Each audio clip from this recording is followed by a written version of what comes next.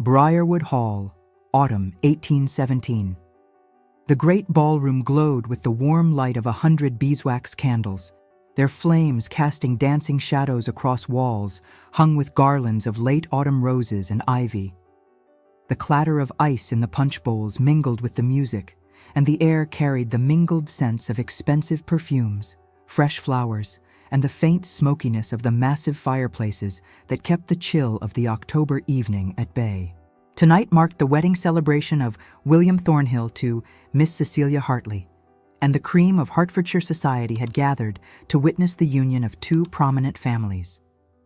Sophia Harriet Thornhill stood near the tall windows overlooking the terrace, her fingers clutching a glass of champagne she had no intention of drinking. At 24, she had learned to make herself invisible at such gatherings, a skill perfected over 6 seasons of watching younger women secure advantageous matches while she remained overlooked. Her dress, a modest blue silk that had been altered and refreshed 3 times over the years, seemed plain next to the fashionable embellishments that adorned the gowns of the other ladies present. She wore no jewels, the simple blue silk demanding a modesty that felt deliberate. Across the room, her new sister-in-law held court among a cluster of elegantly dressed young women, their laughter carrying a particular quality that made Sophia's spine stiffen with familiar dread. If stories of love found in the most unexpected moments touch your heart, subscribe now and stay with us for this journey. You will not want to miss what happens next. Have you observed her? Lady Victoria Ashton whispered to Cecilia, though her voice carried with intentional cruelty across the polished marble floor. Poor Sophia, still unmarried at 24. One would think after 6 seasons she might accept her fate with some dignity and retire to the country. Indeed, Cecilia replied, her eyes glittering with malicious amusement as she fanned herself languidly. She reminds me of a drab little sparrow always perched at the edges, hoping someone might notice her, though I cannot imagine why anyone would. The women surrounding them tittered behind their fans, and Sophia felt heat flood her cheeks despite her determination to remain unmoved. She had endured such comments before, had learned to let them slide off her composure like rain from oiled silk. But tonight, the words cut deeper. This was her brother's wedding, her own family home, and still she was made to feel like an unwanted interloper. At least she had the consideration not to wear anything that might draw attention, another voice added. Can you imagine if she had attempted to compete with proper ladies? How mortifying that would have been for poor William. Sophia set her glass down on a nearby table with trembling fingers, her vision blurring slightly as tears threatened to betray her carefully maintained composure. She would not give them the satisfaction of seeing her cry. With as much dignity as she could muster, she turned and walked toward the terrace doors, seeking the relative privacy of the cool night air. The crisp autumn breeze enveloped her heated face like a balm. The terrace stretched before her, illuminated by strategically placed lanterns that cast pools of golden light across the stone balustrade. Beyond lay the darkened gardens, their paths winding into shadow. Sophia moved to the far end of the terrace, away from the windows where silhouettes danced past in rhythm to the orchestra's waltz, and finally surrendered to the tears. She had always known she was not beautiful. Her features were pleasant enough, she supposed, but lacked the delicate perfection that society prized. Her figure offered nothing remarkable, her dowry modest, her accomplishments adequate but not exceptional. For 6 years, she had watched her younger contemporaries secure matches while she remained on the sidelines, growing older and more invisible with each passing season. And now, at her own brother's wedding, she was reminded once again of her failure to fulfill the only purpose society sanctioned for her sex. Forgive me, but I could not help overhearing what was said inside. The deep voice, cultured and unexpectedly gentle, startled Sophia so thoroughly that she gasped and spun around. A man stood several feet away, partially shadowed, but clearly having just emerged from the ballroom.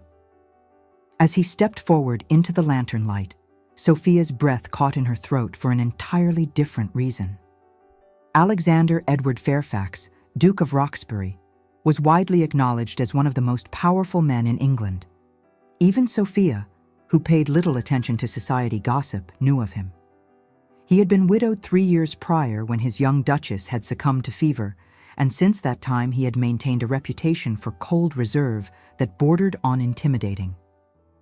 He was tall, his broad shoulders filling out his evening coat with an elegance that spoke of expert tailoring and natural athleticism. His hair was dark, touched with silver at the temples, and his eyes, now fixed on her face with unexpected intensity, were a penetrating gray that seemed to see far more than she wished to reveal. "Your Grace," Sophia managed, dropping into a curtsy despite her tear-stained face. "I did not realize anyone else was on the terrace. Please, forgive my intrusion. I shall return inside." "You are Miss Sophia Thornhill, I believe," he said, making no move to step aside. "The bride's sister-in-law." "Yes, Your Grace." She kept her gaze lowered, mortified that he had witnessed her tears. "The words spoken about you were unconscionably cruel," he continued, his voice carrying an edge of something that might have been anger.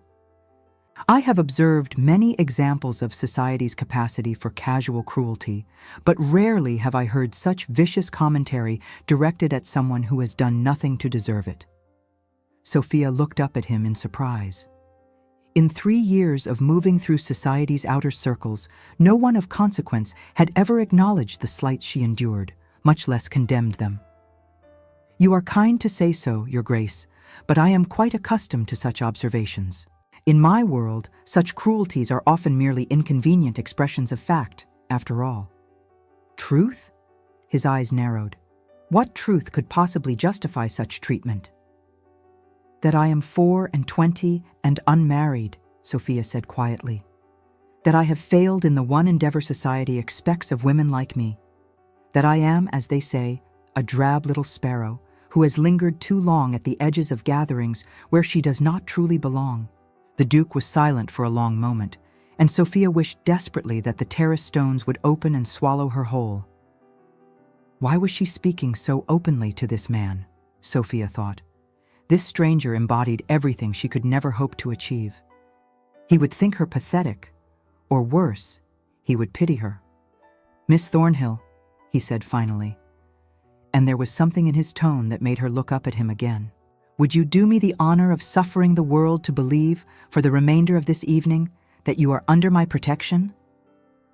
Sophia stared at him, certain she had misheard. "I beg your pardon, Your Grace." "Pretend you are with me," he repeated, and now his expression held something that might have been the ghost of a smile. "Let them see you return to that ballroom on my arm. Let them see you dance with me, converse with me, receive my attention. I suspect their commentary will change rather dramatically." "But why would you do such a thing?" Sophia whispered, her heart beginning to pound in her chest. "You do not know me. You owe me nothing."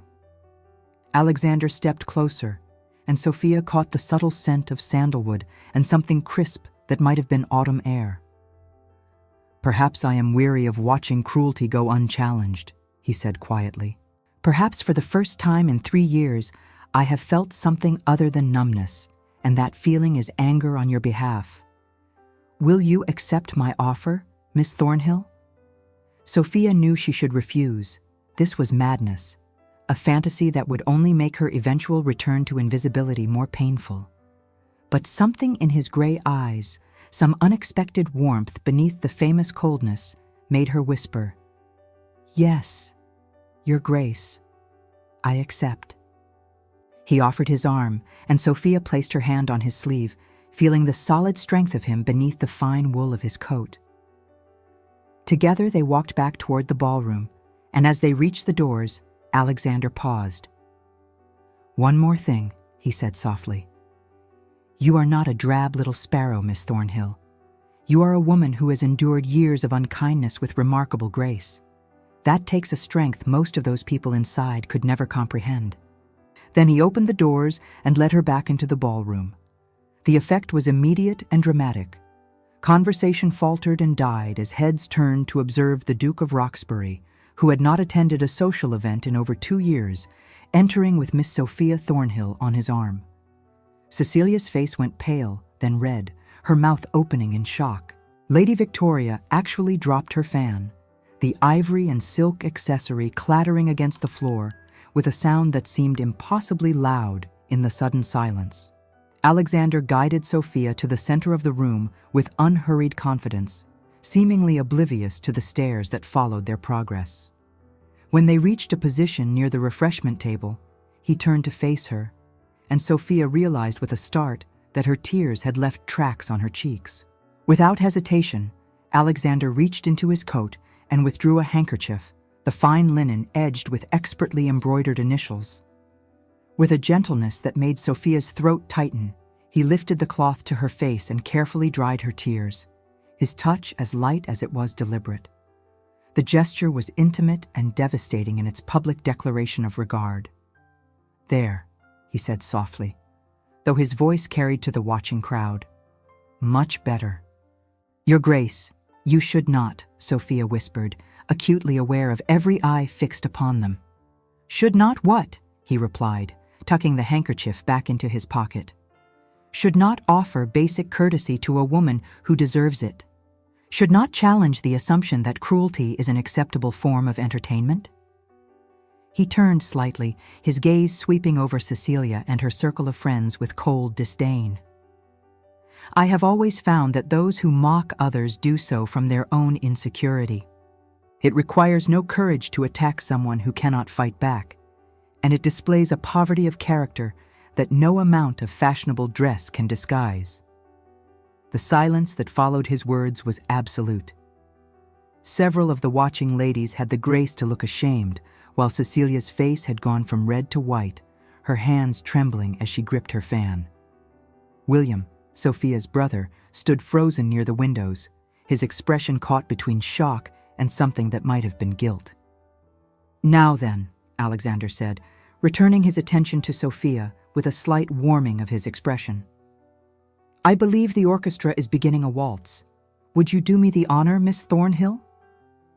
Sophia's mind reeled. "Your Grace, I have not received approval from the patronesses of Almack's to waltz," she managed to say. "It would not be proper." "You are at a private wedding celebration, not at Almack's," he replied. "And you are about to waltz with a duke. I suspect that provides all the approval necessary, unless you do not wish to dance." "I do wish to," Sophia admitted, her voice barely above a whisper. "I wish to very much." "Then come." He led her to the center of the floor, and as the other couples hastily made room, Alexander placed his hand at Sophia's waist, the touch feeling less like a convention and more like a promise. His other hand took hers, and when the music began, he guided her into the first steps of the waltz with practiced ease. Sophia had danced many times in her 6 seasons, but never like this.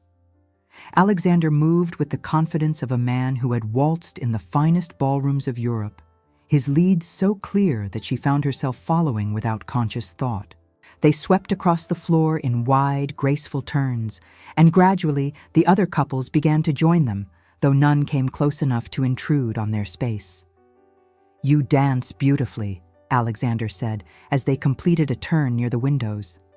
"You are an excellent partner, Your Grace," Sophia replied, and was surprised to hear a note of genuine pleasure in her voice. "I suspect you could make even the most clumsy dancer appear graceful."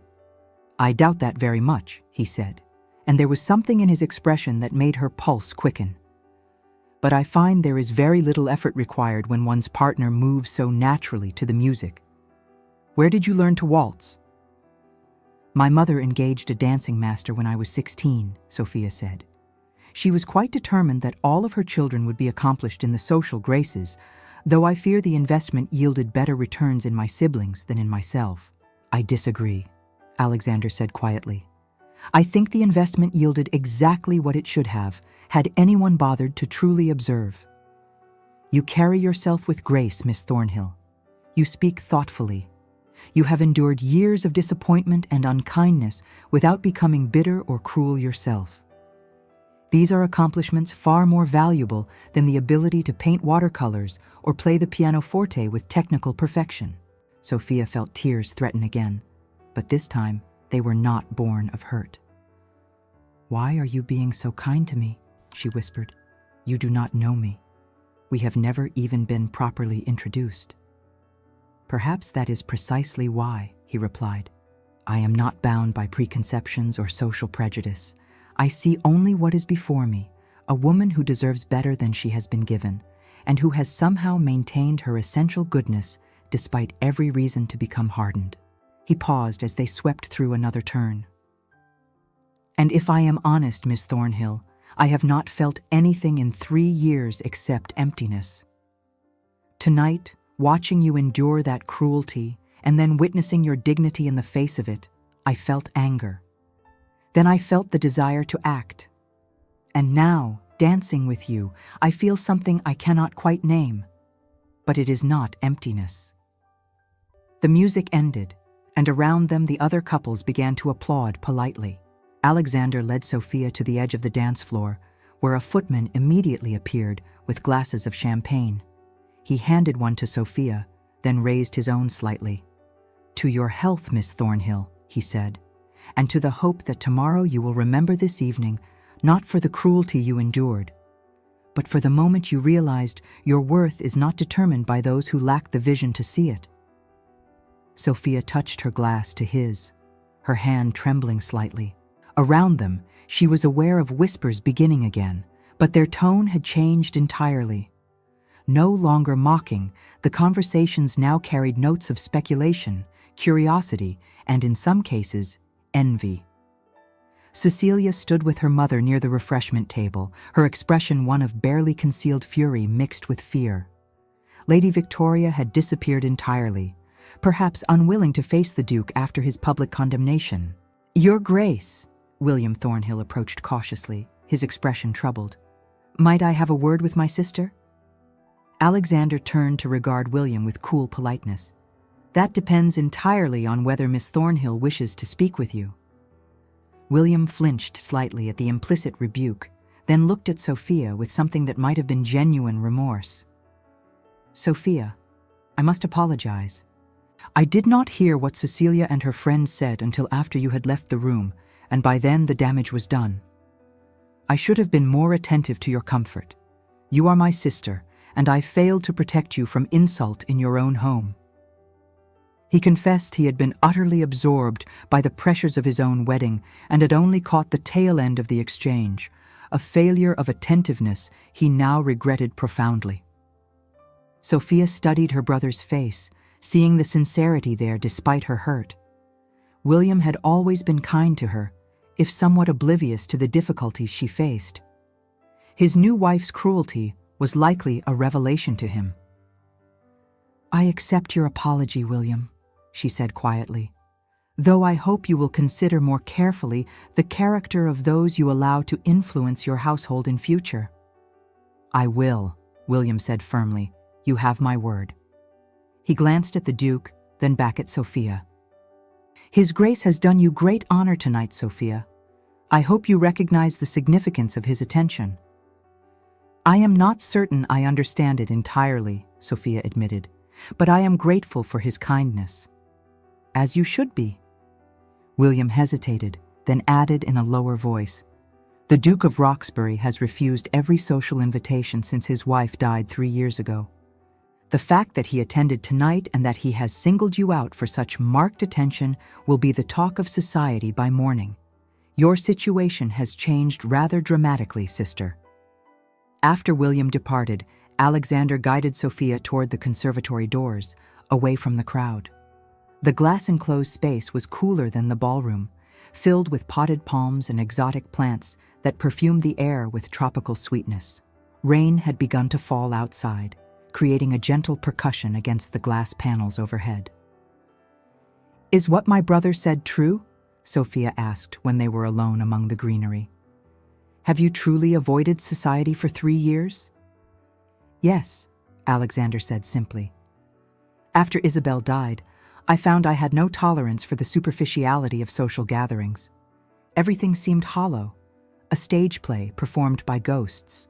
I attended to my duties in Parliament and managed my estates, but avoided anything that required me to counterfeit pleasure. Then why did you come tonight? My own motives remain somewhat indistinct, he admitted, moving to stand near one of the tall windows where rain streaked the glass in silver ribbons. William Thornhill sits on several committees with me. When he extended the invitation personally and mentioned it was a relatively small gathering, I found myself agreeing before I quite realized what I was doing. Perhaps some part of me recognized it was time to rejoin the world, however reluctantly. Sophia joined him at the window, watching the rain transform the gardens into a watery landscape of shadows and reflected light. "I am glad you came," she said softly. "Not only for my own sake, though I am grateful beyond words for what you did, but also because it seems as though you have been punishing yourself with isolation, and no one deserves that, not even for 3 years." He turned to look at her, and in the dim light of the conservatory, his eyes seemed darker, more intense. "You sound as though you speak from experience." "In a way, perhaps I do," Sophia said. "I have spent 6 years at the edges of society, present but not truly seen, participating but not truly engaged. I told myself it was because I did not fit, because I lacked the qualities that would allow me to belong. But perhaps it was also a kind of punishment, a way of accepting what others told me I was worth rather than determining my own value." "And what do you believe you are worth, Miss Thornhill?" The question hung in the air between them, profound in its simplicity. Sophia considered it carefully before answering. "I do not know," she finally said. "But tonight, for the first time in a very long while, I felt as though I might be worth something more than I had believed. You made me feel that, Your Grace. You made me feel visible." Alexander was quiet for a long moment, studying her face with an expression she could not read. Then very slowly, he reached out and gently touched her cheek, his fingers warm against her skin. "You made me feel alive for the first time in 3 years," he said quietly. "I think that makes us even, Miss Thornhill." The moment stretched between them, charged with something Sophia had never experienced before.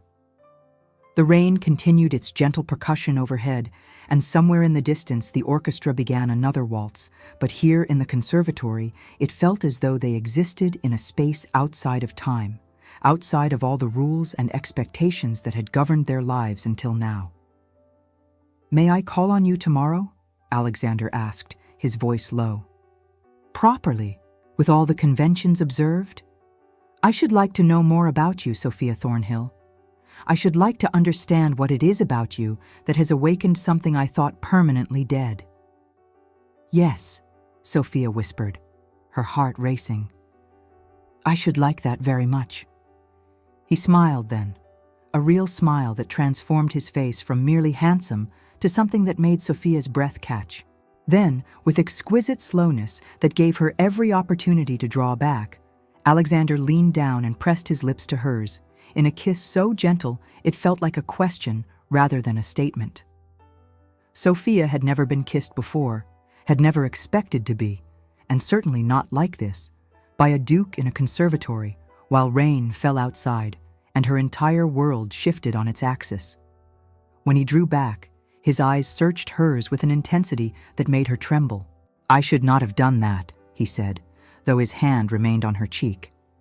"It was inappropriate and premature, and I apologize if I have offended you."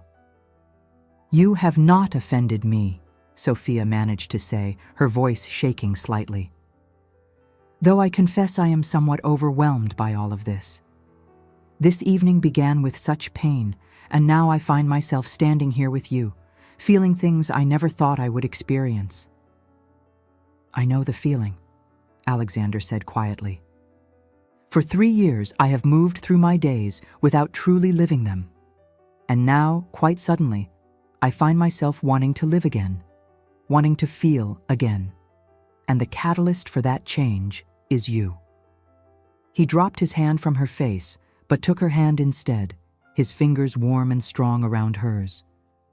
"This is happening very quickly, and I do not wish to overwhelm you or pressure you in any way. But I need you to understand that what I feel is real, not pity or kindness or some misguided attempt at rescue. You have done something to me tonight, Sophia, and I do not think I shall ever be quite the same because of it." Before Sophia could respond, the sound of approaching footsteps made them both turn toward the conservatory entrance. William appeared, looking somewhat anxious. "Sophia, I am sorry to interrupt, but Mother is asking for you.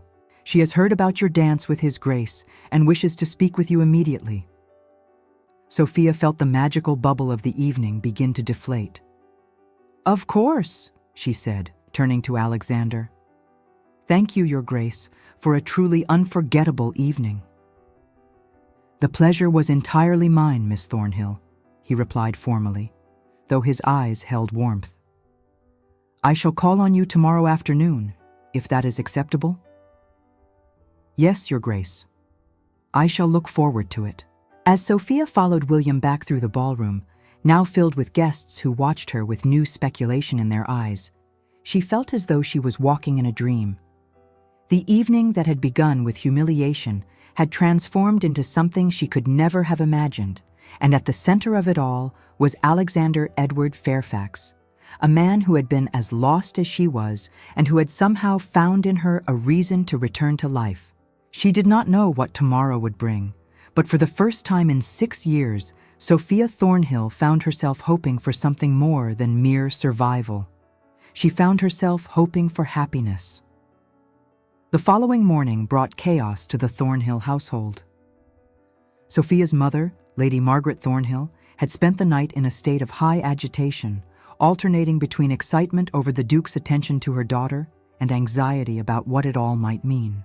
By the time Sophia came down to breakfast, her mother had already sent 3 different messages to various friends, inquiring about the Duke's situation and expectations. "Sophie, darling, you must tell me everything," Lady Margaret said the moment Sophia entered the morning room. "What did His Grace say to you? What did you speak of in the conservatory? Has he indicated his intentions?" "Mama, please," Sophia said, accepting a cup of tea from the footman. "It was one evening. His Grace was kind to me when others were cruel. I do not think we should read more into it than that." "One evening?" Her mother's voice rose with incredulity. "Sophia, the Duke of Roxbury has not attended a social event in 3 years. He chose to attend your brother's wedding, singled you out for marked attention, danced with you in full view of everyone, and then spent nearly half an hour alone with you in the conservatory. This is not nothing, child. This is extraordinary." William entered the room at that moment, still looking somewhat uncomfortable after the previous evening's events. "Sophie, Mother is right," he said quietly. "His Grace's behavior last night was significant. The man is one of the wealthiest and most powerful peers in England. If he calls on you today, as he indicated he would, you must understand what that means." "What does it mean?" Sophia asked, feeling overwhelmed. "I do not understand any of this. Yesterday I was invisible, and today everyone speaks as though my life has fundamentally changed." "Because it has," Lady Margaret said firmly. "When a duke shows such marked preference for a young lady, society takes note. You are no longer invisible, Sophie. You are now someone who has caught the attention of the most eligible man in England."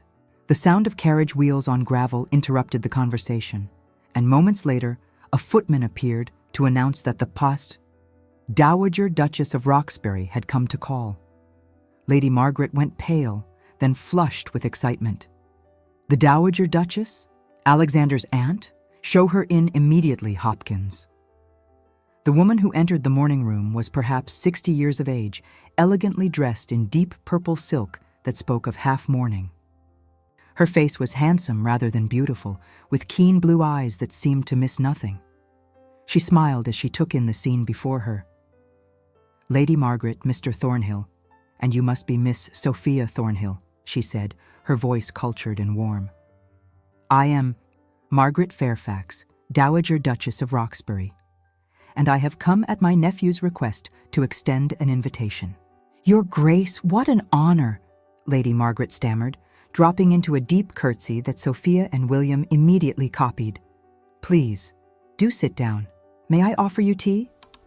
"Tea would be lovely, thank you." The Dowager Duchess settled herself on the sofa with practiced grace. "I shall come directly to the point, as I suspect you are all rather bewildered by recent events.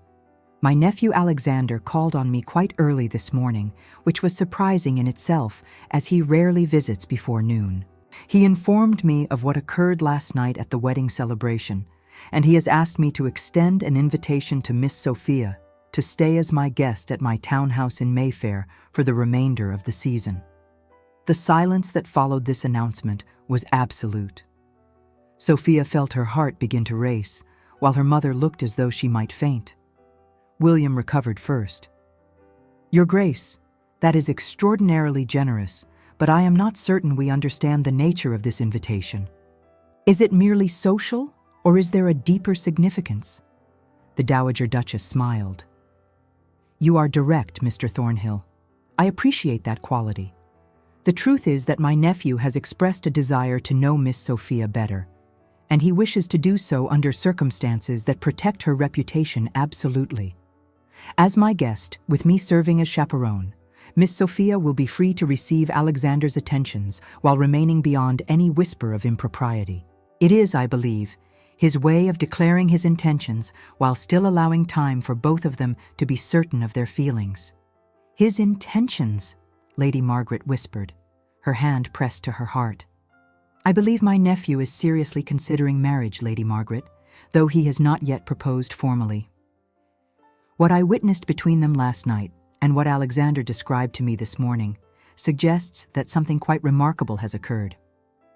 However, both parties deserve time to be certain, and I am offering to provide the setting in which that certainty can be achieved or disproven." Sophia found her voice at last. "Your Grace, I am honored beyond measure, but I must ask, does the Duke truly wish this, or are you acting from kindness towards someone your nephew befriended briefly?" The Dowager Duchess turned to regard Sophia with approval in her eyes.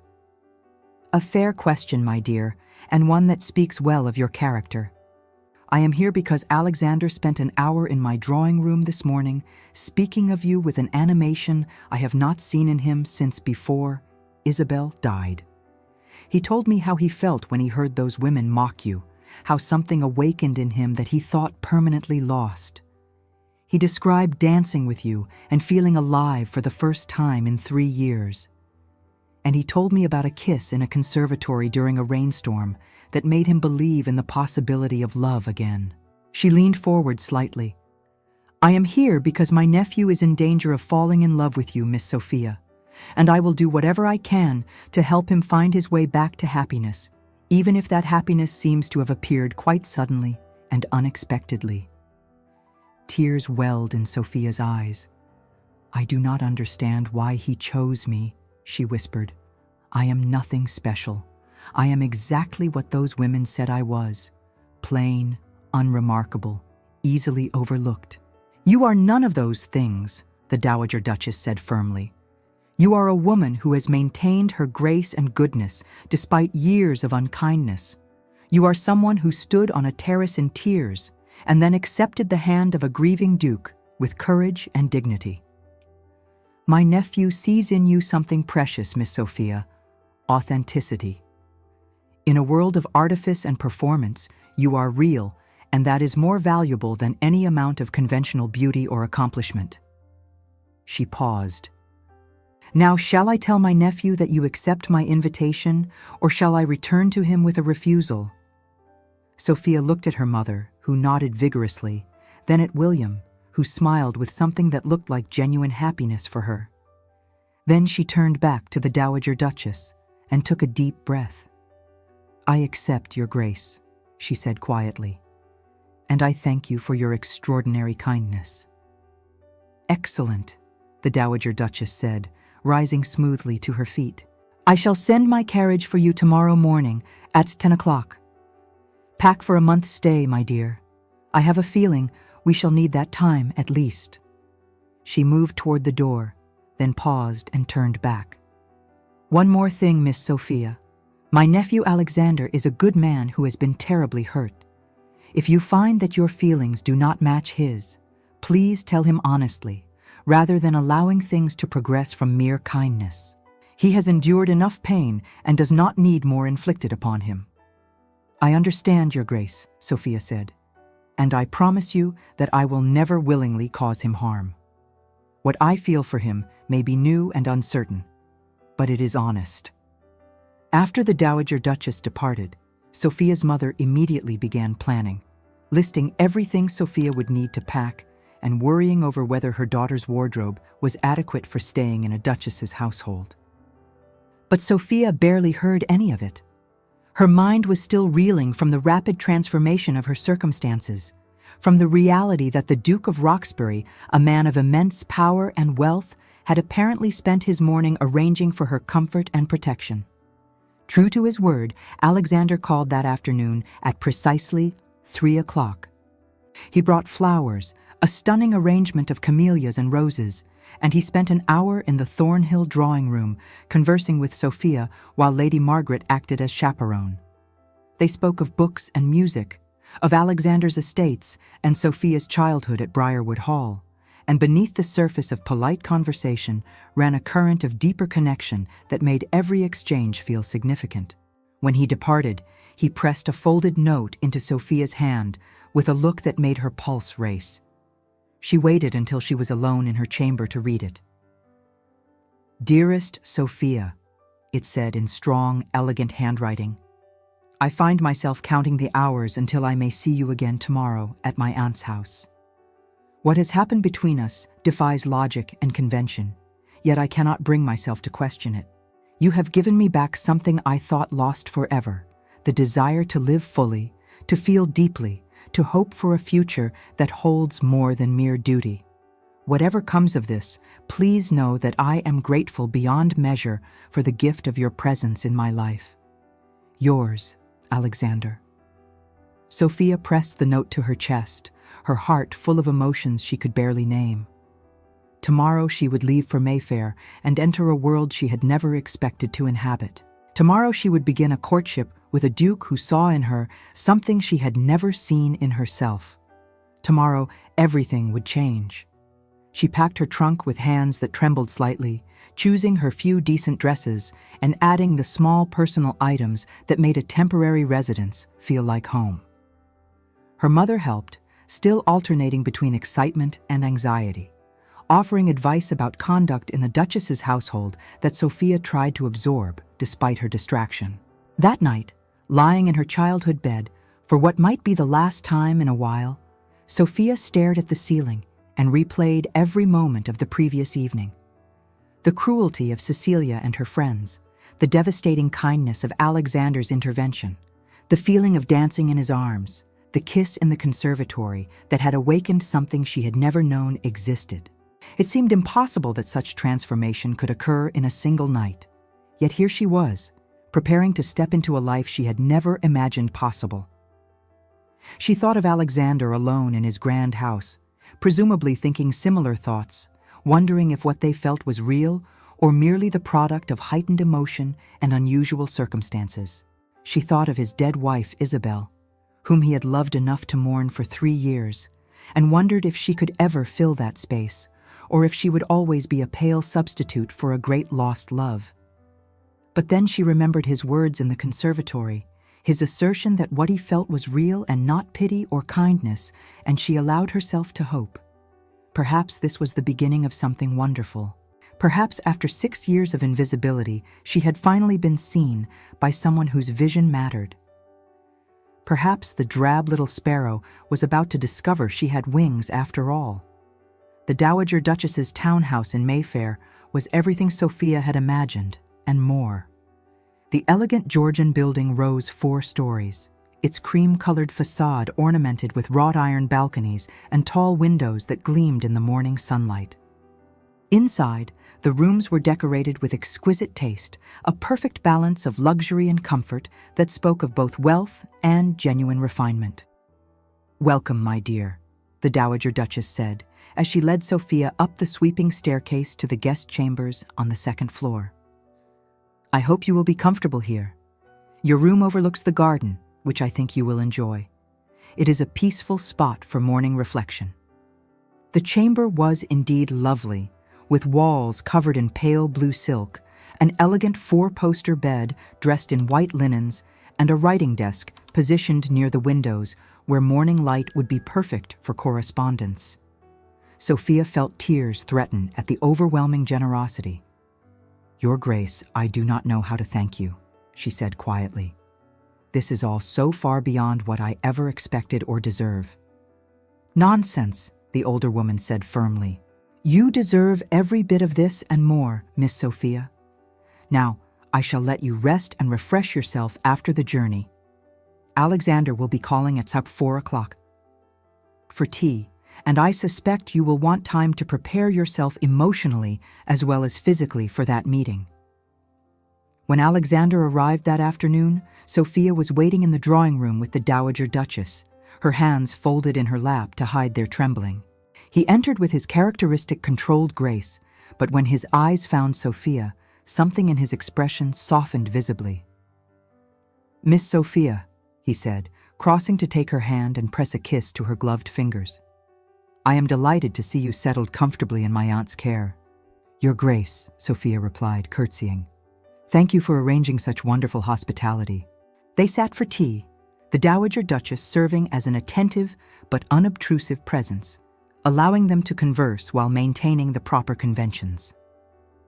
Alexander spoke of his morning ride in Hyde Park, and Sophia described her journey from Briarwood Hall, and gradually the initial awkwardness gave way to the same easy connection they had discovered at the wedding. "I wonder, Aunt Margaret," Alexander said after they had been conversing for half an hour, "might I invite Miss Sophia to walk with me in the garden? With your accompaniment, of course, to observe the proprieties?" "Certainly, my dear boy," the Dowager Duchess replied. "The garden is particularly lovely this time of year. I shall bring my embroidery and sit on the bench near the fountain while you and Miss Sophia walk the paths."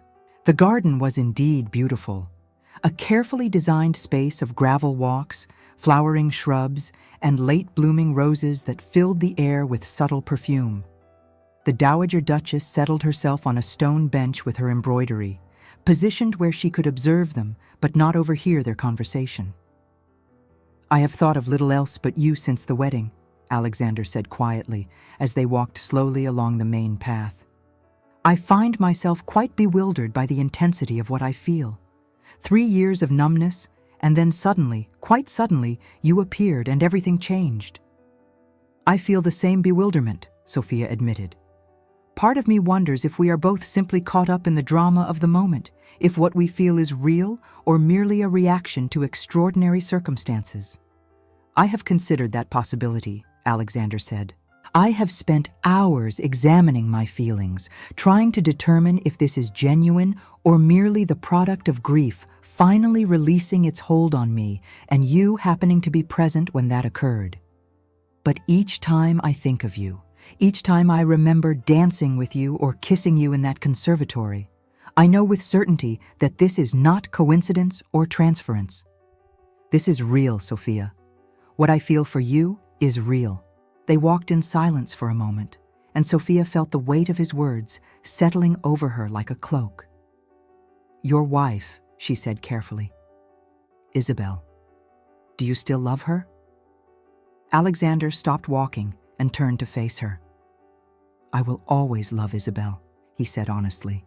"She was my first love, my companion for 5 years, and her death devastated me. But what I feel for you is not a betrayal of that love, nor is it a pale imitation of it. You are not a replacement for her, Sophia. You are entirely yourself, and what I feel for you is unique and specific to who you are. Does that make sense?" "Yes," Sophia whispered, tears glistening in her eyes. "It makes perfect sense, and it is the answer I needed to hear. I could never compete with a ghost, Your Grace. I could never be good enough if you were constantly measuring me against a lost ideal." "You do not need to compete," he said gently. "You need only be yourself, Sophia. That is more than enough." Over the following weeks, a pattern established itself. Alexander called every afternoon, and they would walk in the garden or sit in the drawing room conversing while the Dowager Duchess provided chaperone services with benevolent discretion. Sometimes they went for drives in Hyde Park during the promenade hour, where all of society could observe them together. Other times they attended theater performances or musical evenings, always properly accompanied, always observing every convention of courtship. And through it all, Sophia felt herself falling deeper under Alexander's spell. She learned about his estates, his work in Parliament, his passionate interest in agricultural reform that surprised her with its genuine concern for tenant welfare. He learned about her childhood, her love of reading, her skill at watercolors that she dismissed as modest, but which he insisted on seeing when he discovered paint supplies in her room.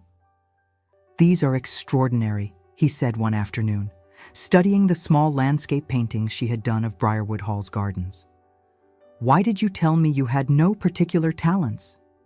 "Because they are merely adequate," Sophia replied. "Nothing compared to the accomplished young ladies who exhibit at Somerset House." "Sophia," he said, turning to face her with an intensity that made her breath catch. "When will you stop measuring yourself by what others can do and start valuing what you yourself accomplish? These paintings show genuine talent, and more importantly, they show how you see the world. That is precious."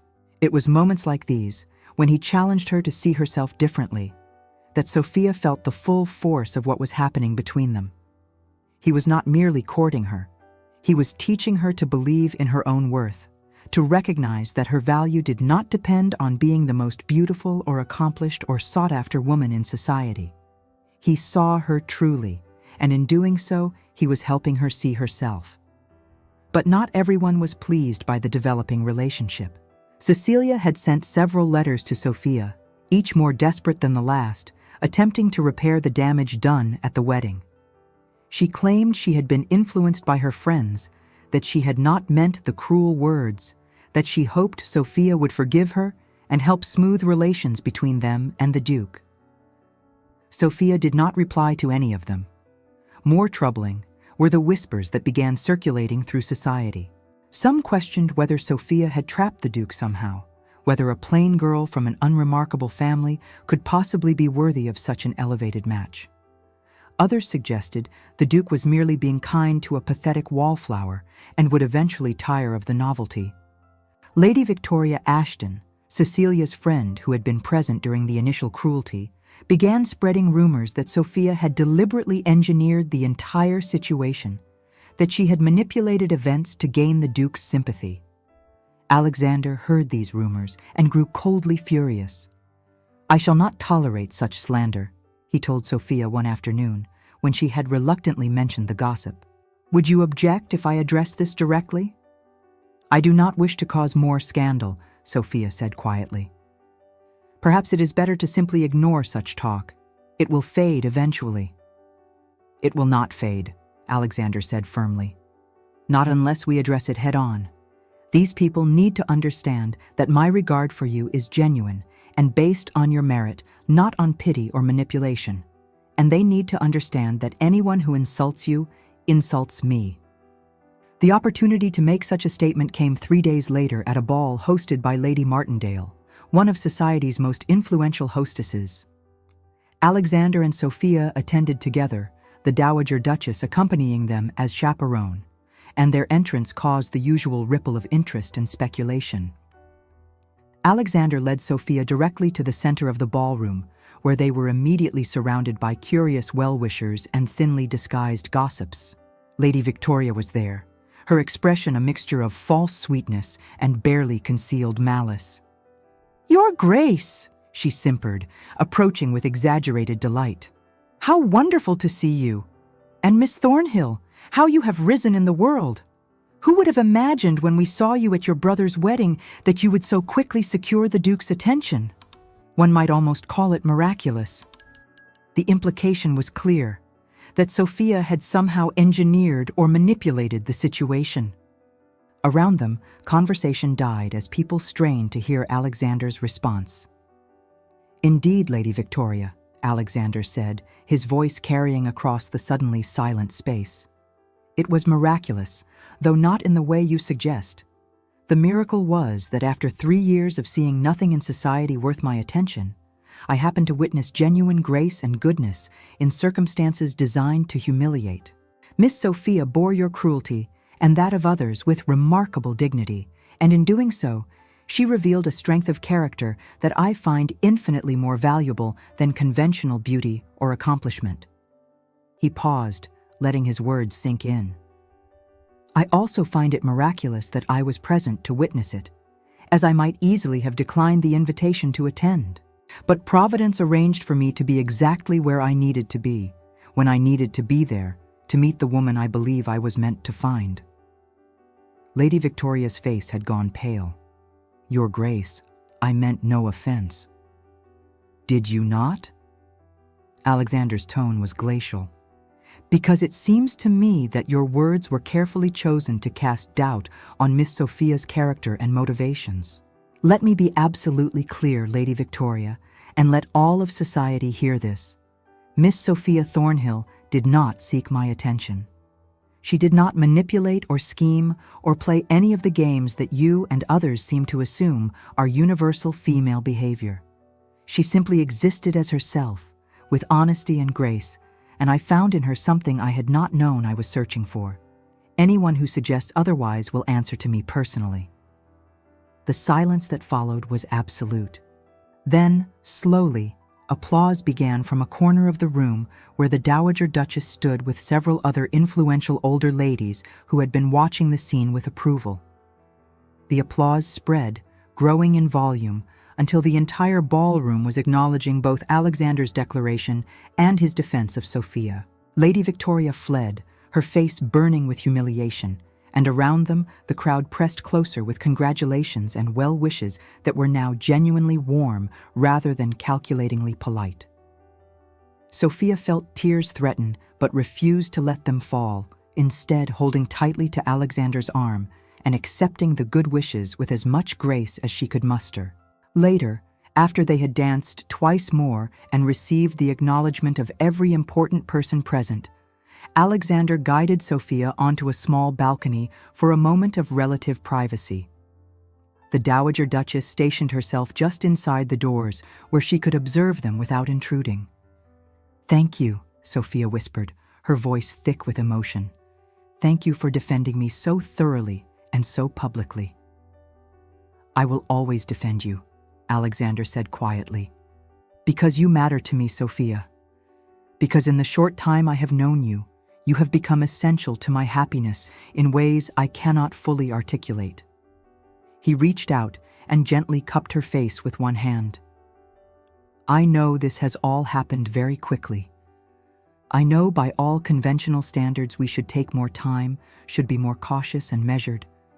But I find I cannot wait any longer to tell you what I feel."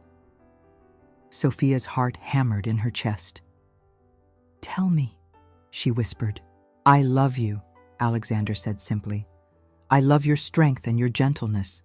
I love your honesty and your capacity for grace, even in the face of cruelty. I love the way you see the world and the way you help me see it differently. I love who I am when I am with you, and I love who you are helping me become again after 3 years of merely existing." He paused, his thumb gently stroking her cheek. "I know I do not deserve you. I know I am bringing you nothing but complications and the weight of a title and responsibilities you never sought. But if you could find it in your heart to accept me, I would spend the rest of my life trying to be worthy of the gift of your love." Tears were streaming down Sophia's face now, but they were tears of joy rather than pain. "Yes," she whispered. "Yes, Alexander, I love you too. I have loved you since that first night when you saw me in my tears and chose to act when no one else would. I have loved you more with each passing day as I have come to know the man behind the title, the kindness and humor and genuine goodness that you hide behind reserve. Yes, I will marry you. Yes, I will be your Duchess. Yes to all of it." Alexander's expression transformed with a joy so profound that it made him look years younger. He drew her against the fine wool of his coat, the gesture more protective claim than simple embrace, and pressed his forehead to hers. "Thank you," he whispered. "Thank you for choosing me when you could have anyone now. Thank you for believing in us when we had every reason to be cautious. Thank you for being exactly who you are." He thought of the 3 wasted years and knew he would not suffer the further delay of tiresome social convention to claim the only joy he had found.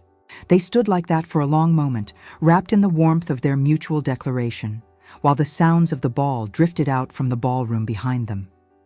Then, remembering where they were and who might be watching, Alexander stepped back slightly and drew a small velvet box from his coat pocket.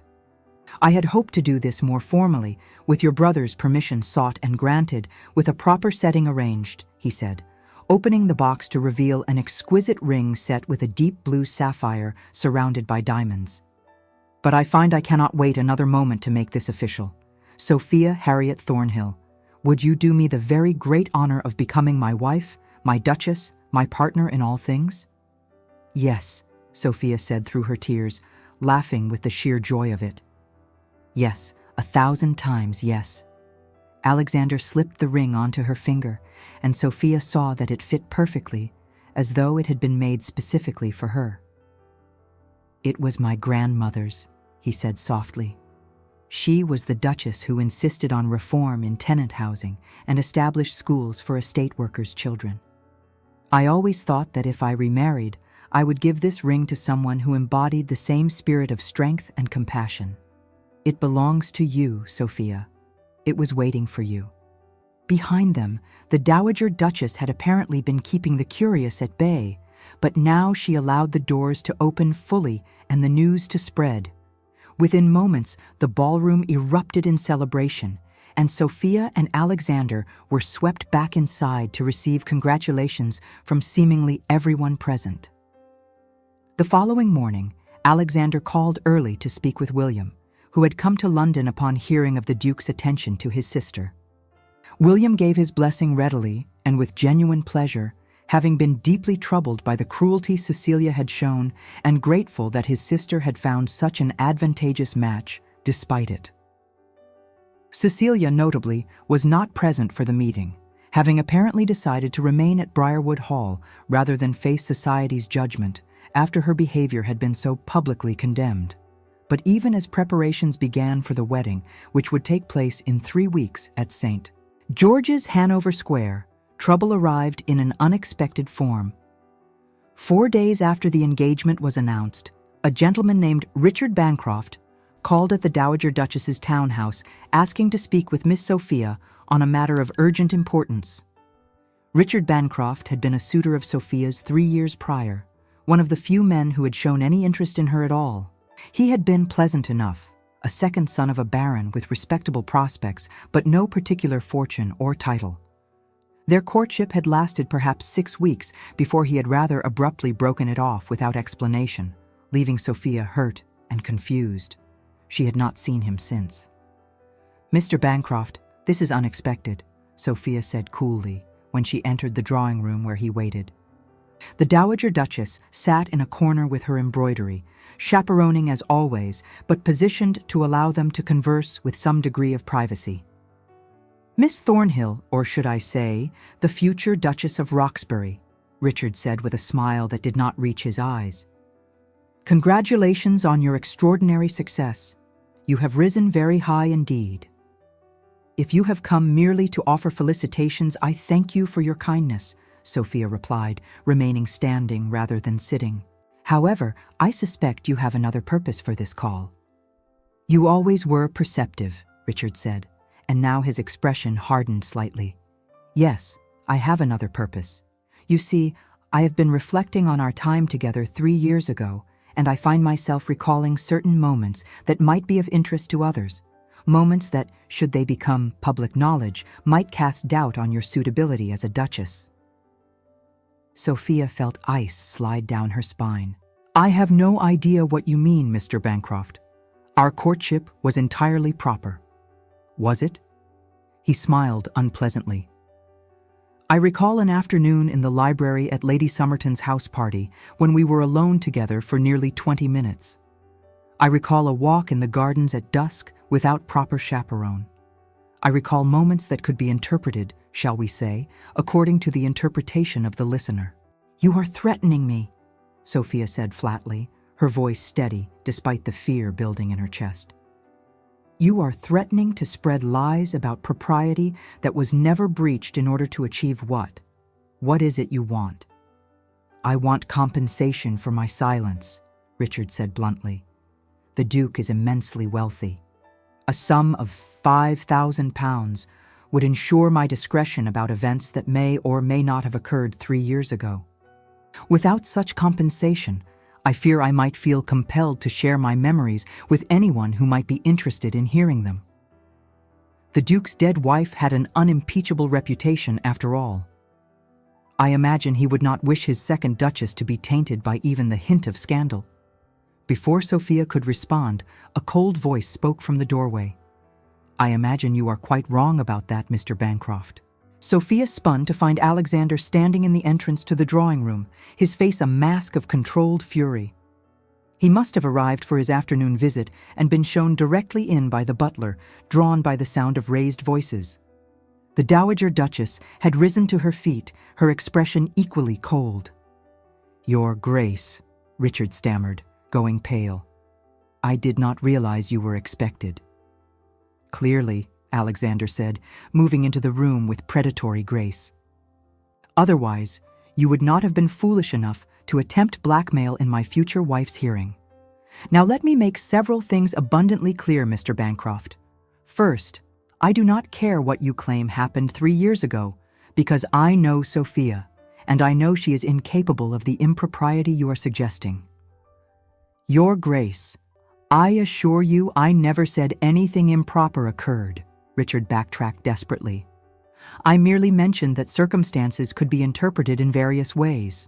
Second," Alexander continued, as though Richard had not spoken, "even if something inappropriate had occurred, which I do not for one moment believe, it would not change my intention to marry Sophia.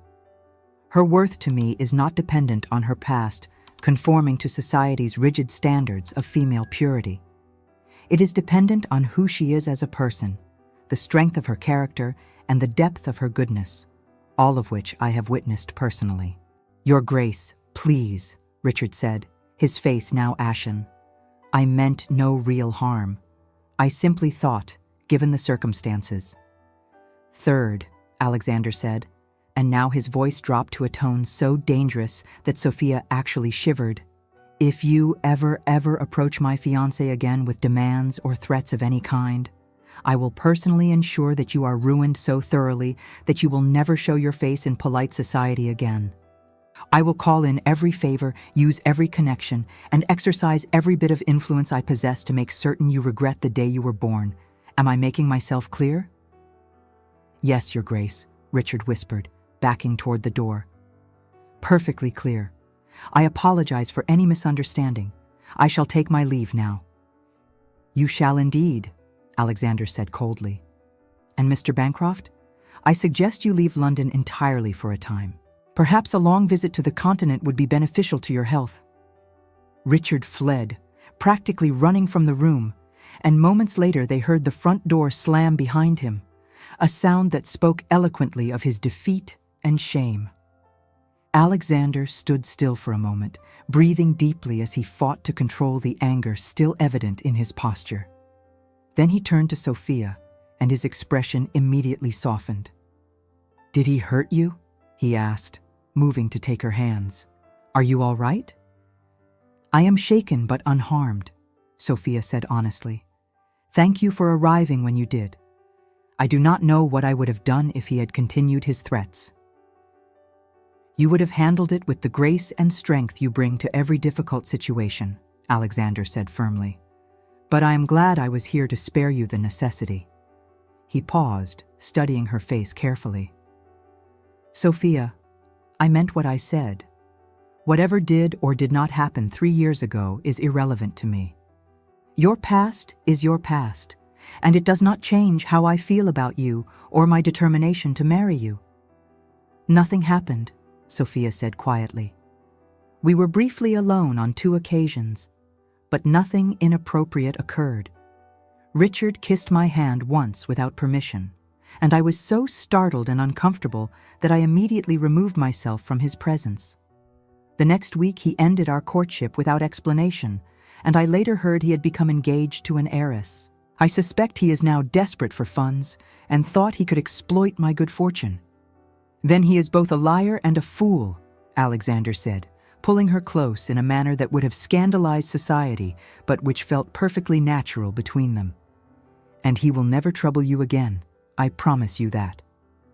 The Dowager Duchess, who had remained quietly observant throughout the encounter, now spoke up.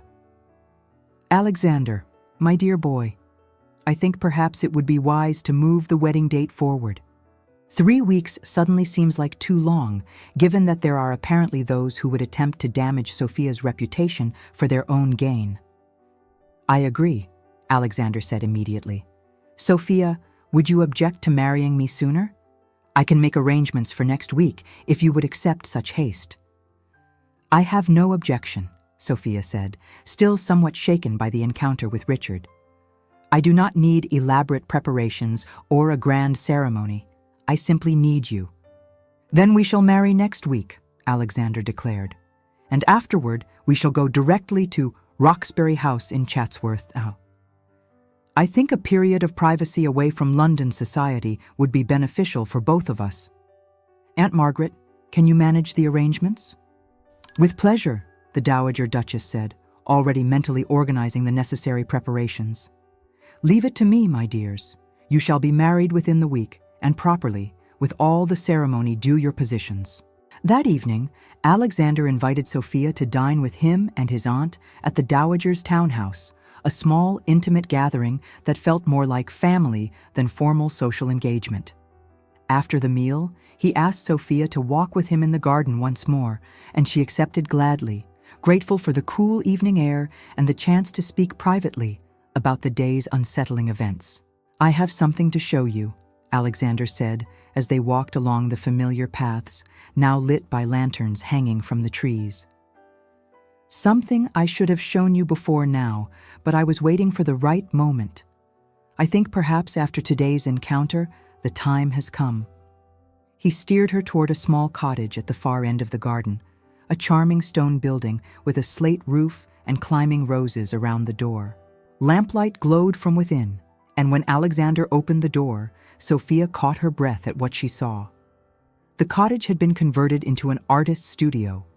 Large windows along one wall would let in perfect northern light during the day, ideal for capturing the true color and form of things. Easels stood ready with fresh canvases. Paints, brushes, and all manner of art supplies were arranged on shelves and work tables. A comfortable chair sat near a small fireplace where a fire had been lit, creating a warm, welcoming atmosphere. This was Isabel's space, Alexander said quietly as Sophia moved through the room in wonder. She loved to paint, and I had this cottage renovated for her use. After she died, I could not bear to come here. It remained locked and empty for 3 years. He paused, watching Sophia's reaction carefully. But when I learned you painted, I began to imagine this space filled with life again. I began to imagine you here, creating beauty, finding peace and joy in your art. And I realized that Isabel would have wanted this place to be used by someone who would appreciate it, someone who would love it as she did. Sophia turned to him, tears streaming down her face. This is the most thoughtful gift anyone has ever given me, she whispered. But are you certain? I do not want to intrude on your memories of her. You are not intruding, Alexander said, moving to stand before her. Sophia, I loved Isabel. I will always love her. But loving you does not diminish that love, nor does creating new memories with you erase the old ones. You and she would have been friends, I think. She would have appreciated your gentle strength, your artistic eye, your capacity for kindness. And I believe she would be happy to know that the man she loved has found a way to love again, to live again, to be happy again. He drew Sophia close, holding her as she cried against his shoulder, releasing the tension and fear of the day's encounter, along with the overwhelming emotion of his gift. They stood like that for a long while, the fire crackling softly beside them, the scent of old paint and turpentine mixing with the perfume of the garden roses outside. "There is something I want you to understand," Alexander said eventually, his voice low and intense.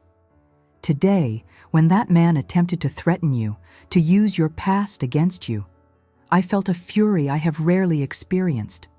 The thought of anyone trying to hurt you, to tarnish your reputation or cause you pain, was unbearable. I would destroy anyone who attempted such a thing, Sophia. I would use every resource at my disposal to protect you from harm. Do you understand what I am saying?" "I think so," Sophia whispered, looking up at him. "I am saying that you are mine now," Alexander said, cupping her face with both hands. "Mine to protect, mine to cherish, mine to defend against anything and anyone who would cause you harm. And I take that responsibility very seriously indeed.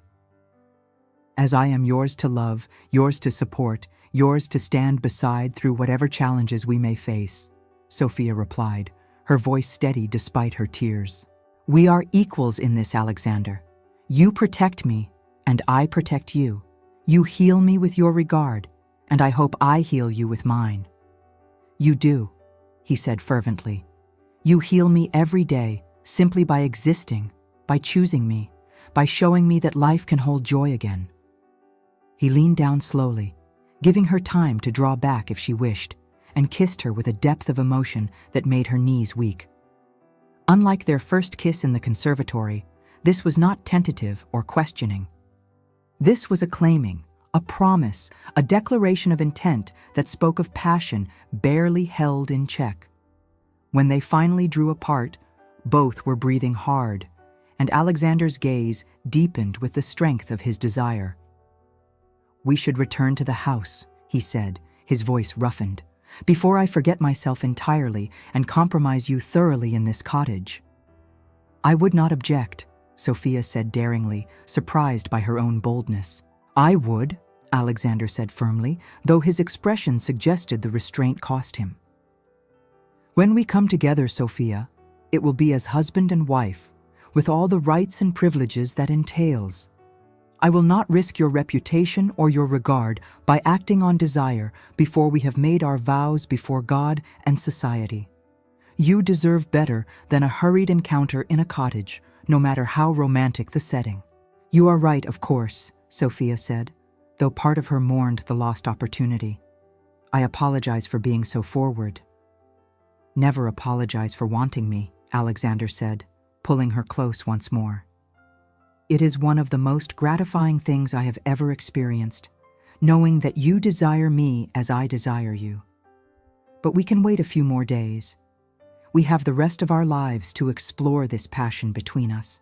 They returned to the main house hand in hand, and the Dowager Duchess took one look at their faces and smiled knowingly, but said nothing. She simply poured them both a glass of wine and suggested they sit by the fire for a while before Sophia retired for the evening. The next but 5 days passed in a dizzying current of preparation. The Dowager Duchess handled all the arrangements with practiced efficiency, from securing St. George's Hanover Square for the ceremony to arranging a modest wedding breakfast at her townhouse afterward.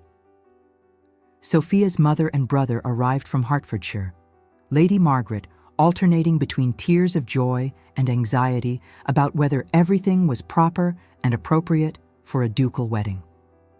Alexander called every day, sometimes twice, bringing small gifts, offering support with the preparations, and simply spending time with Sophia in whatever moments they could steal from the chaos. He seemed unable to stay away, as though the near disaster with Richard Bancroft had intensified his need to remain close and protective. On the evening before the wedding, he arrived at the Dowager's house with a special gift, a small velvet box that he presented to Sophia in the drawing room with both their families present. "This belonged to Isabel," he said quietly as Sophia opened the box to reveal a beautiful camellia brooch, the flowers rendered in white enamel and diamonds against a background of deep blue. She received it from her mother on her wedding day, and I have kept it safe since she died. I want you to wear it tomorrow, Sophia, as a symbol of the continuity between past and present, between the love that was and the love that is. Sophia felt tears well in her eyes as she lifted the brooch from its velvet nest. "Are you certain?" she whispered. "This is precious to you." "Which is precisely why I want you to have it," Alexander said. "You are precious to me, and I want you to know that Isabel's memory is not threatened by my love for you. If anything, I believe she would be happy to know that I have found someone worthy of wearing her treasures, someone who will honor them while creating her own legacy." Lady Margaret was weeping openly, and even the Dowager Duchess had to dab at her eyes with a handkerchief. William smiled with genuine happiness for his sister, while Sophia's younger sister Diana, who had arrived that afternoon, clasped her hands together with romantic delight. That night, lying in bed for the last time as an unmarried woman, Sophia reflected on the extraordinary journey that had brought her to this moment. 3 weeks ago she had been invisible, mocked, considered a failure by society's cruel standards. Tomorrow she would become the Duchess of Roxbury, wife to one of the most powerful men in England, and more importantly, partner to a man who saw her truly and loved her completely.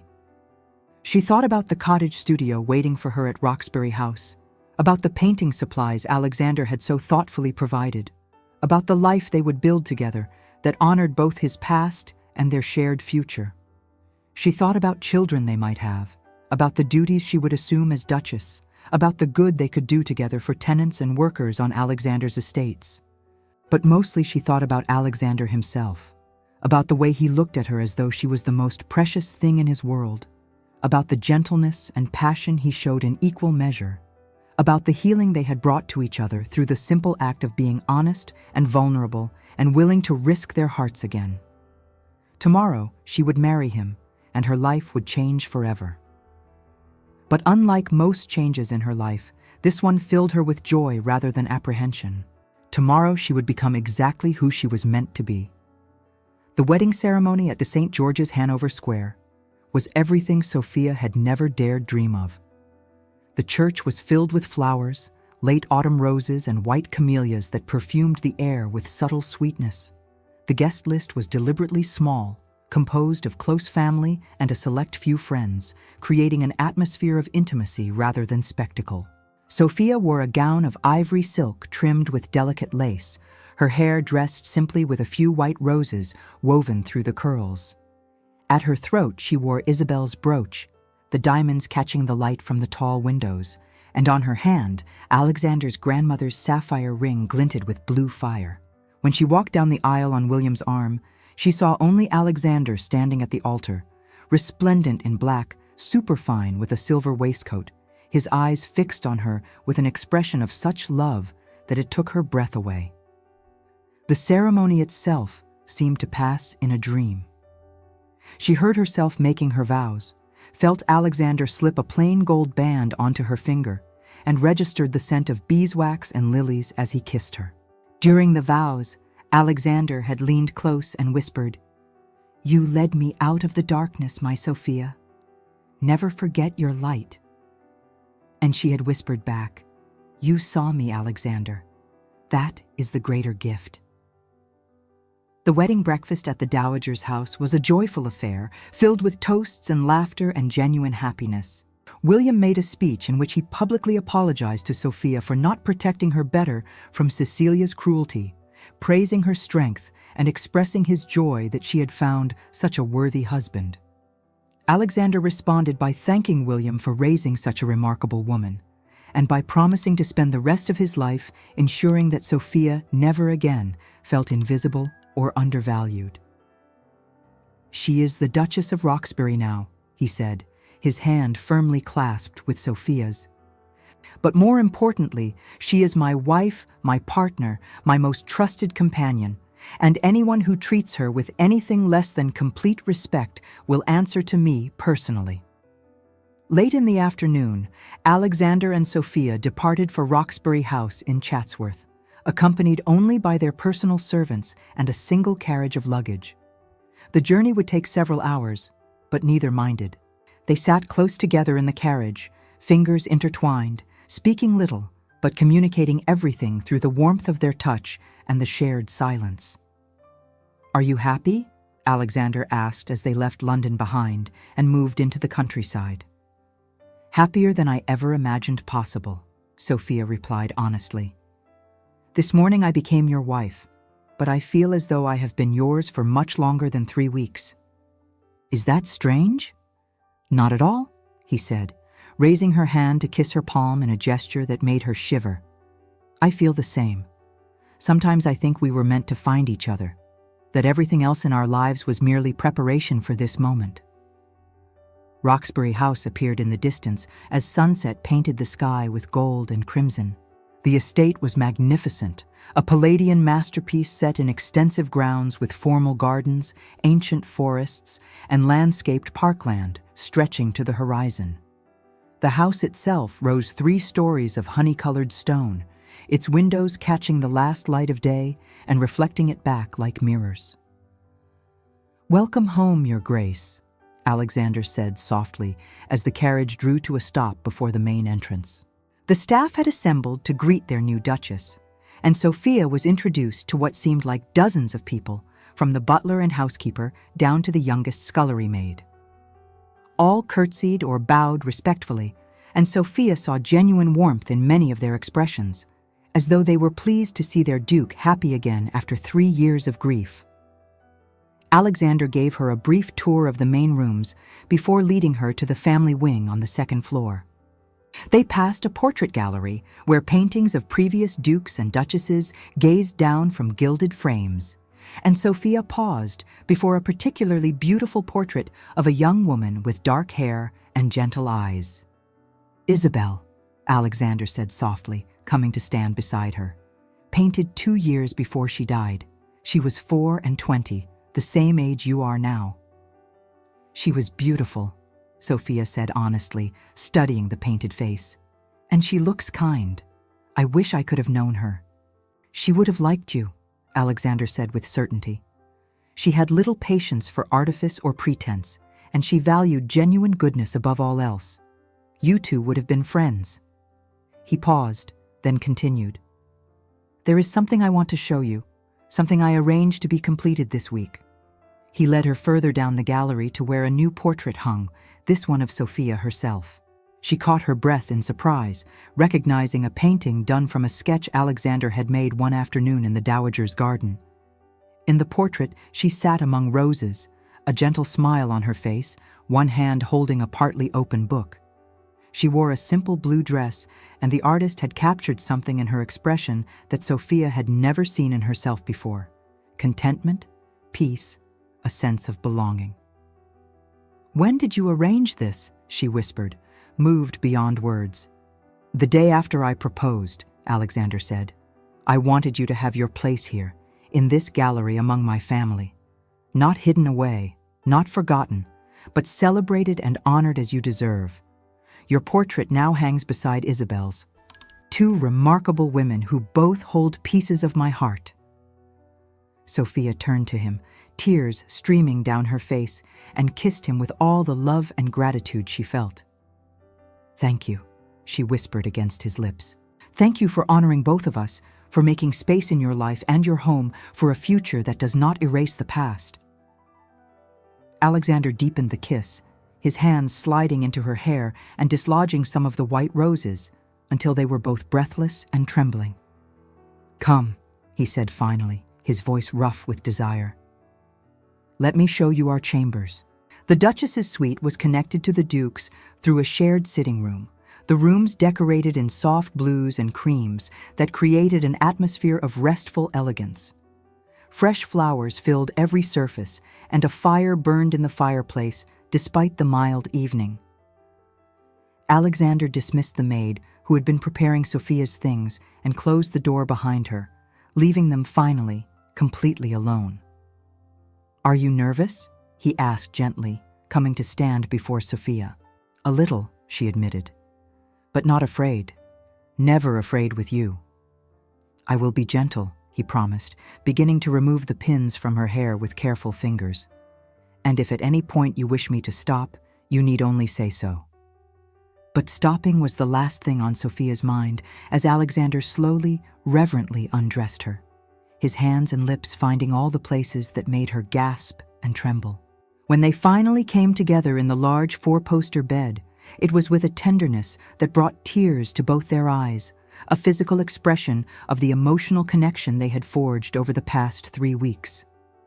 Later, much later, they lay tangled together in the lamplight, Sophia's head on Alexander's chest, listening to the steady beat of his heart. Outside, stars had appeared in the darkening sky, and the first cool breeze of autumn whispered through the half-open window. "I love you," Alexander said softly, his fingers tracing lazy patterns on Sophia's bare shoulder. "I will love you until my last breath and beyond."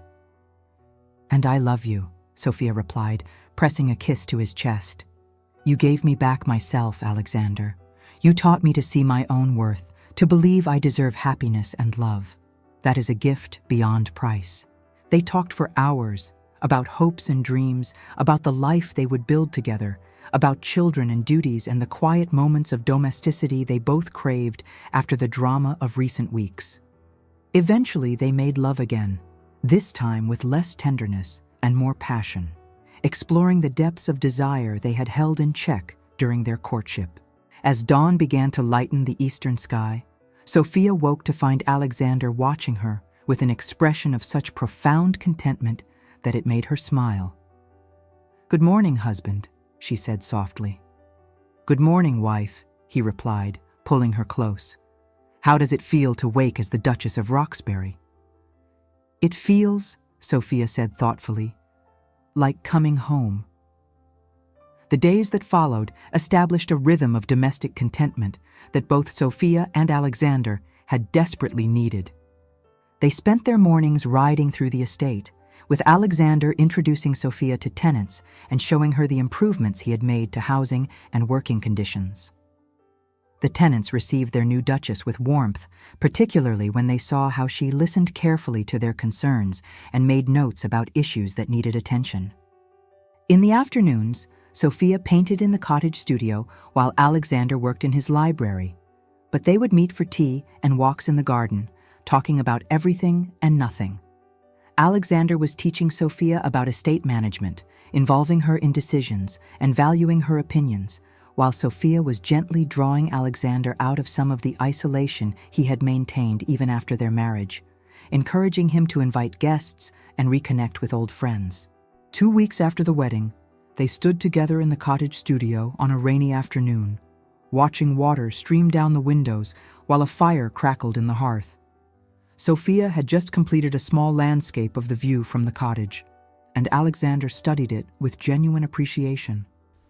"You have real talent," he said, pulling her close. "Have you ever considered exhibiting your work?" "I am the Duchess of Roxbury," Sophia said with a laugh. "Duchesses do not exhibit paintings like common artists." "This duchess could," Alexander said firmly. "We do not have to follow every convention, Sophia. We can make our own rules, live our own lives, within the bounds of propriety and duty, of course, but with freedom to pursue what brings us joy." He kissed the top of her head. "I want you to be happy, not constrained by what society expects of a duchess. If painting brings you joy, then paint. If you wish to exhibit, then we shall arrange it. Your happiness is my primary concern." "As yours is mine," Sophia replied, turning in his arms to face him. "And I am happy, Alexander. Happier than I ever dreamed possible. You have given me not just a title and position, but freedom to be myself, to pursue my interests, to have value beyond simply being decorative." "You could never be simply decorative," he said with a smile. "You are far too interesting for that." They made love there in the cottage, with rain drumming on the roof and paint supplies scattered around them. And it felt like a kind of blessing, a consecration of the space where past and present merged into something new and hopeful. A week later, a letter arrived from London that made them both laugh. The Dowager Duchess wrote with barely concealed glee that Richard Bancroft had fled to the continent after creditors had descended upon him demanding payment of extensive gambling debts. Apparently his threat to Sophia had been born of genuine desperation, and Alexander's warning had sent him into hiding before his financial ruin became public knowledge. "I almost feel sorry for him," Sophia said, though her tone suggested otherwise. "I do not," Alexander replied firmly. "He attempted to harm you, to use your past against you for his own gain. He deserves whatever misfortune has befallen him." "My fierce protector," Sophia said affectionately, kissing him softly. "What would I do without you?" "You would be fine," Alexander said honestly. "You are stronger than you know, Sophia. But I am grateful every day that you do not have to face the world without me, just as I am grateful I no longer face it without you." One morning, several weeks after their wedding, Sophia woke feeling slightly unwell, a queasiness that lasted until mid-morning and then disappeared. She thought little of it until it happened again the next day and the next. When she mentioned it to Alexander, his face lit up with hope and concern. "Could you be with child?" he asked carefully. "It is possible," Sophia said, feeling a flutter of excitement mixed with nervousness. "It has only been a few weeks, but yes, it is possible."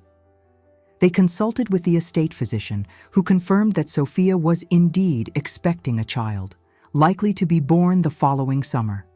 Alexander's joy was profound and touching to witness. He became even more protective than before, insisting Sophia rest more, walk less vigorously, avoid any activity that might pose risk. "Alexander, I am not made of glass," Sophia protested laughingly one afternoon when he refused to allow her to climb the stairs to the portrait gallery. "Women have been carrying babies since the beginning of time. I shall be fine." "You are carrying my baby," he said, his hand gently covering her still flat stomach. "Forgive me if I am overly cautious about something so precious." The news brought William and Lady Margaret to visit, along with Diana, all of them excited about the prospect of becoming uncle, grandmother, and aunt, respectively. Even a stiffly formal letter arrived from Cecilia, attempting once again to mend fences now that Sophia's position was secure and a future heir was expected. Sophia responded politely but coolly, making it clear that while she held no grudge, she also felt no particular desire to cultivate a warm relationship with a woman who had treated her so cruelly. As autumn deepened into winter, Sophia and Alexander settled more completely into married life.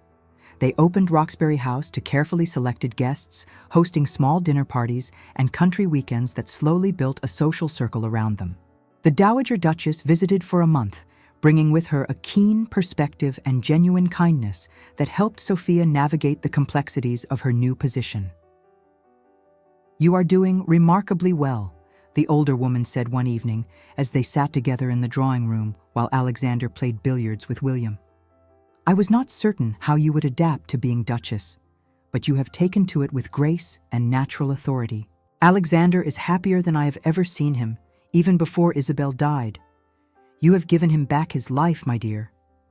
"He gave me back mine first," Sophia replied, her hand resting unconsciously on her stomach where the baby grew.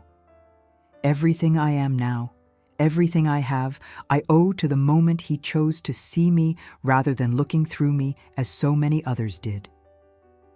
"You give him too much credit," the Dowager Duchess said gently. "He saw what was always there, Sophia. Your worth did not depend on his recognition of it, but I will grant that his seeing helped you recognize your own value, and that is no small gift." On a clear December morning, with frost sparkling on every surface, Alexander took Sophia to the cottage studio where he had arranged a surprise. The interior had been decorated with evergreen garlands and white roses, and in the center of the room stood a portrait easel draped with cloth. "I wanted to give you something for our first Christmas together," he said, his expression both nervous and excited. "Something that captures where we are now, how far we have both come." He removed the cloth to reveal a stunning double portrait showing Alexander and Sophia seated together in the cottage, sunlight streaming through the windows behind them. Alexander's arm was around Sophia's shoulders, her head resting against him, both of them looking at something beyond the frame with expressions of contentment and hope. Between them on the small table lay Sophia's palette and brushes alongside Alexander's leather-bound journal, symbols of their individual pursuits brought together in shared space. "I commissioned this from memory of afternoons we have spent here," Alexander explained as Sophia stared at the painting with tears streaming down her face. "I wanted to capture this time, this feeling of peace and partnership and new beginnings, so that years from now, when we look at it, we will remember exactly how it felt to build a life together from the ashes of loss and disappointment." Sophia could not speak for several moments, too overcome with emotion. Finally, she managed to whisper, "It is perfect. You are perfect. This life we are building is more than I ever dreamed possible." "We are building it together," Alexander corrected gently, pulling her into his arms. "That is what makes it extraordinary. Not just that we found each other, but that we chose each other, that we continue to choose each other every day."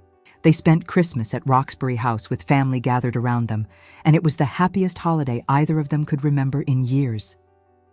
The house was filled with laughter and music, with the Dowager Duchess presiding over festivities with benevolent authority, while William and Diana brought youthful energy, and Lady Margaret fussed over everyone with maternal concern. On Christmas Eve, as snow began to fall outside the tall windows, Alexander and Sophia stood together in the portrait gallery, looking at the three paintings that now hung in sequence.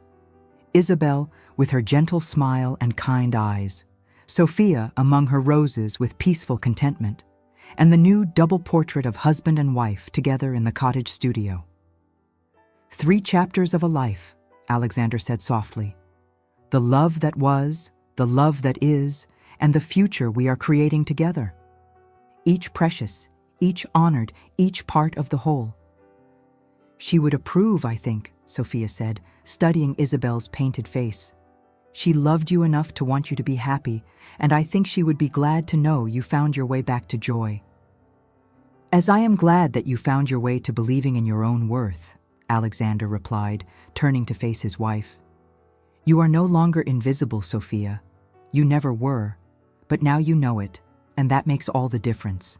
That night, lying in their shared bed with snow falling softly outside and firelight dancing on the walls, they talked about the year ahead, about the baby who would arrive in summer, about the duties and joys that awaited them.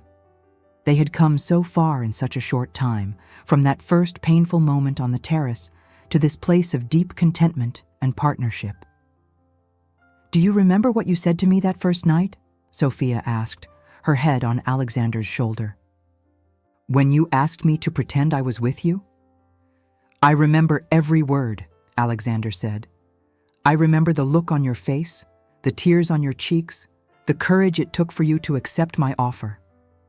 "I thought I was only pretending," Sophia said softly. "I thought I would have one magical evening and then return to invisibility. I never imagined it would become real, that pretending would transform into the truest thing in my life." "It was always real," Alexander said, kissing her forehead. "From the very first moment. I just did not realize it immediately, but my heart knew, even if my mind needed time to catch up. You were never a pretense, Sophia. You were always meant to be mine, and I was always meant to be yours." As winter gave way to spring, Sophia's pregnancy became more obvious, and with it came a glow of happiness that made her more beautiful than any conventional prettiness could achieve. Alexander watched her bloom with wonder, marveling at the miracle of new life growing within her, grateful beyond measure for the gift she was giving him. The baby arrived on a warm, July evening as the sun set in a blaze of gold and crimson. The birth was difficult, longer than expected, and Alexander paced the corridor outside the birthing room in an agony of worry until the physician finally emerged to tell him he had a healthy daughter and that Sophia had come through the ordeal with remarkable strength. When Alexander entered the chamber, he found Sophia propped up against pillows, exhausted but radiant, holding a tiny bundle wrapped in white linen. She looked up at him with such love in her eyes that he felt his throat tighten with emotion. "Meet our daughter," she said softly, holding the baby out to him. "She has your eyes." Alexander took his daughter with shaking hands, staring down at the tiny face, the miniature features, the shock of dark hair so like his own. "She is perfect," he whispered. "Absolutely perfect. What shall we name her?" "I thought perhaps Isabel Margaret," Sophia said carefully, watching his reaction. "If you approve. To honor both the woman you loved before and the woman who brought us together." Alexander looked at his wife with eyes bright with unshed tears. "You would do that?" he asked, his voice rough with emotion. "You would give our daughter her name?" "She was part of your life, part of who you became," Sophia said simply. "And without your capacity to love her, you could never have learned to love me. The woman who would be your second Duchess deserves to carry that legacy of love forward. Besides," she added with a tired smile, "I think the first Isabel would be pleased to know she was remembered in this way." They called her Belle. For short, this tiny creature who represented the joining of past and present, of grief transformed into joy, of love that healed rather than harmed. The Dowager Duchess arrived 2 days later and wept when she learned the baby's name, recognizing it as both an act of generosity and a gesture of inclusion that spoke volumes about Sophia's character. As summer turned to autumn once more, completing the year since that fateful wedding, Alexander and Sophia stood together in the cottage studio on a rainy afternoon remarkably similar to one a year before. Belle slept peacefully in a cradle nearby, while outside the rain fell in silver sheets and the roses still bloomed with the last warmth of the season. "A year ago today," Alexander said softly, his arms around Sophia as they watched the rain, "we stood in this place, and I told you that you had made me feel alive for the first time in 3 years. Do you remember?" "I remember everything," Sophia replied, leaning back against him. "Every word, every moment, every feeling. It all seems like yesterday and a lifetime ago at the same time." "I want you to know something," Alexander said, turning her to face him. "I was not pretending to be with you that first night. I thought I was, but I was not. My heart recognized you immediately, even if it took my mind longer to understand. You were never a pretense, Sophia. You were always the real thing, the unassailable truth, the miracle I did not know I was waiting for. As you were for me," Sophia said, reaching up to touch his face with gentle fingers. "You saved me, Alexander, not just from cruelty and invisibility, but from the belief that I was less than I am.